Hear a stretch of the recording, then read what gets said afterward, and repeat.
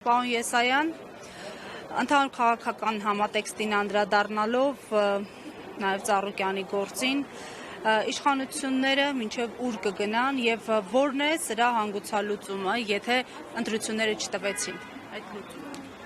Նայեք, մինչև ուր կգնան վարչապետի պաշտոնը այսօր զբաղեցնողը իր գործողություններով ցույց է տալիս, որ ինքը սահման չունի։ Այսինքն այն ինչ կատարվում է այսօր Հայաստանում, որևէ առնչություն չունի իրական քաղաքական, հասարակական օրինաչափությունների զարգացումների հետ։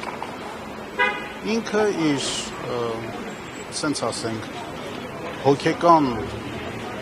հոգեկերտվածքին համապատասխան կոնֆլիկտները հրահրում չեղած տեղը։ Թվում էր, թե սկսենք նախընտրական շրջանում, թվում էր, թե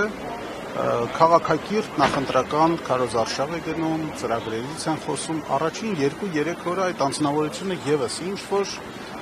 բաներից էր խոսում, կեղծված, խաղաղությունից էր խոսում էր տնտեսական զարգացումից, խաղաղության խաչմերուկից էր խոսում,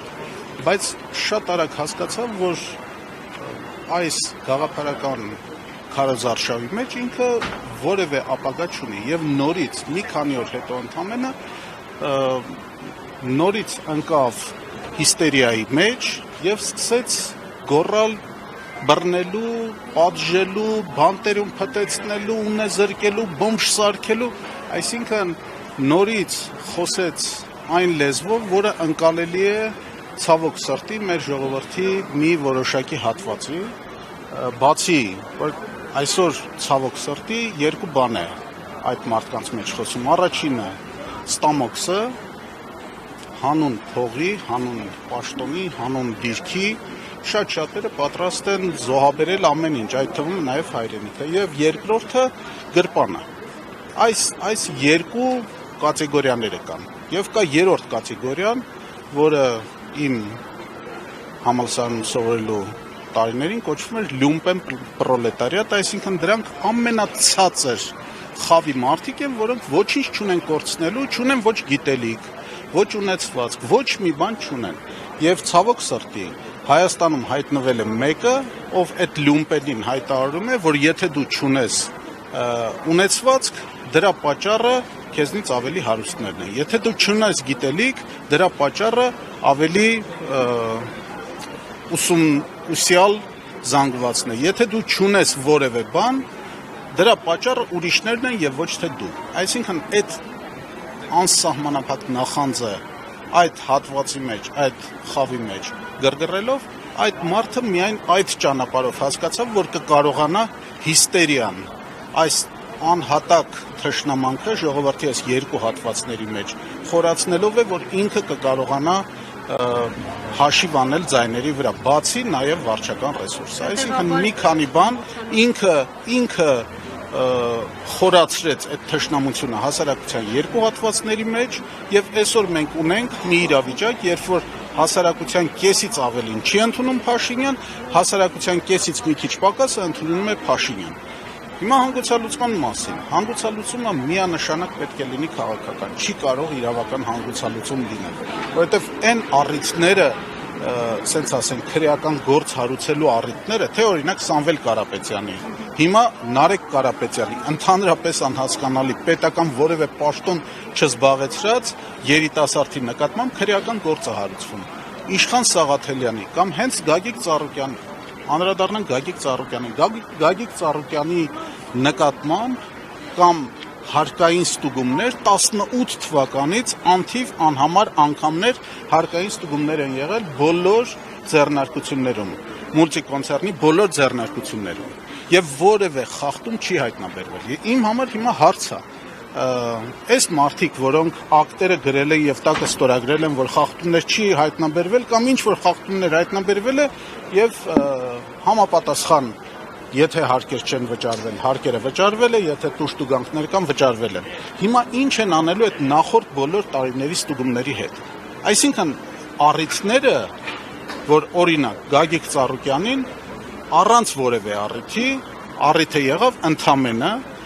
նրա քաղաքականություն ակտիվ վերադառնալու, որովհետև քաղաքականությունից դուրս Ծառուկյանը չի եկել, ակտիվ վերադառնալու նրա հայտներ, որով նա մասնակցում էր ընտրություններին։ Սամվել Կարապետյանին ընդամենը մեր ձևով եկեղեցուն պաշտպանելու համար Սամվել Կարապետյանի նկատմամբ քրեական գործառույթ։ Այսինքն առիթներ պետք է չի տալ, ինքը առիթներ կհորինի, որովհետև իր հիվանդ ուղեղում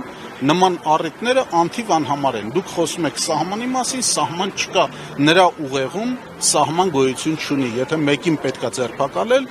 որևէ ծպտուն չհանելու համար նույնիսկ կարող է ձերբակալել։ Լուծումը հասարակությունը ինքը իր մեջ պետք է գտնի։ Ասում եք քաղաքական են, բայց տեսնում ենք, որ քաղաքական առաջնորդություն ստանձնողներին իզոլացման process է մեկնարկել։ Հիմա նոր տեղեկացանք, որ Ղազինյանի գործն են մտցրել դատարան, Նարեկ Կարապետյանով նոր միջնորդություն են ներկայացնում։ Ի վերջո այս պայմաններում ինչպես լուծել քաղաքական, ինչ այսպես հնարավորություն, ռեսուրս կա։ Դե գիտեք, հիմա քաղաքական լուծում, քաղաքական ուժերը որոշակի քայլեր կարող են անել, նախ հայտարարությունը, որ եղավ, որ ընտրությունների արդյունքները չեն ճանաչում, հիմնական քաղաքական ուժերը հայտարարեցին, որ այս իշխանությունը լեգիտիմ չէ, ընտրությունների արդյունքները չեն ճանաչում, այս կազմով խորհրդարանի օրինականությունը չեն ճանաչում, բնականաբար չեն ճանաչելու նաև այս խորհրդարանի կողմից կառավարության ծրագրի հաստատումը, վարչապետի ընտրությունը եւ այլն, այսինքն սրա բոլոր հետևանքներով երկրում առաջանալու է երկիշխանություն, այսինքն ընդդիմությունը ասելու է, որ սա իշխանություն չի, իշխանությունը փորձելու է իրավական, քանի որ բոլոր գործիքները նրա ձեռքում են եւ որևէ սահման չի ճանաչում, փորձելու է անսահմանափակ քրեական գործեր հարուցել բոլորի դեմ, ով որ ընդդիմանում է։ Սա դեպի բռնապետություն, դեպի դիկտատուրա, դեպի ֆաշիզմ տանող ամենաուղիղ ճանապարհն է։ Լուծումը նայեք, երկիրը այս վիճակում երկար չի դիմանա, առաջին հերթին տնտեսապես երկար չի դիմանա։ Եվ երբ որ բոլոր նրանք, ում որ հացից կզրկի Նիկոլ Փաշինյանը իր հիստերիկ քաղաքականության պատճառով, երբ որ չկարողանան վարկերը վճարել, երբ որ չկարողանան երեխայի առօրյա սնունդը հոգալ, այն ժամանակ կհասկանան, թե ինչ մեծ ծուղակի մեջ էին ընկել։ Եվ միայն այդ ձևով հնարավոր սրա հեռացումը։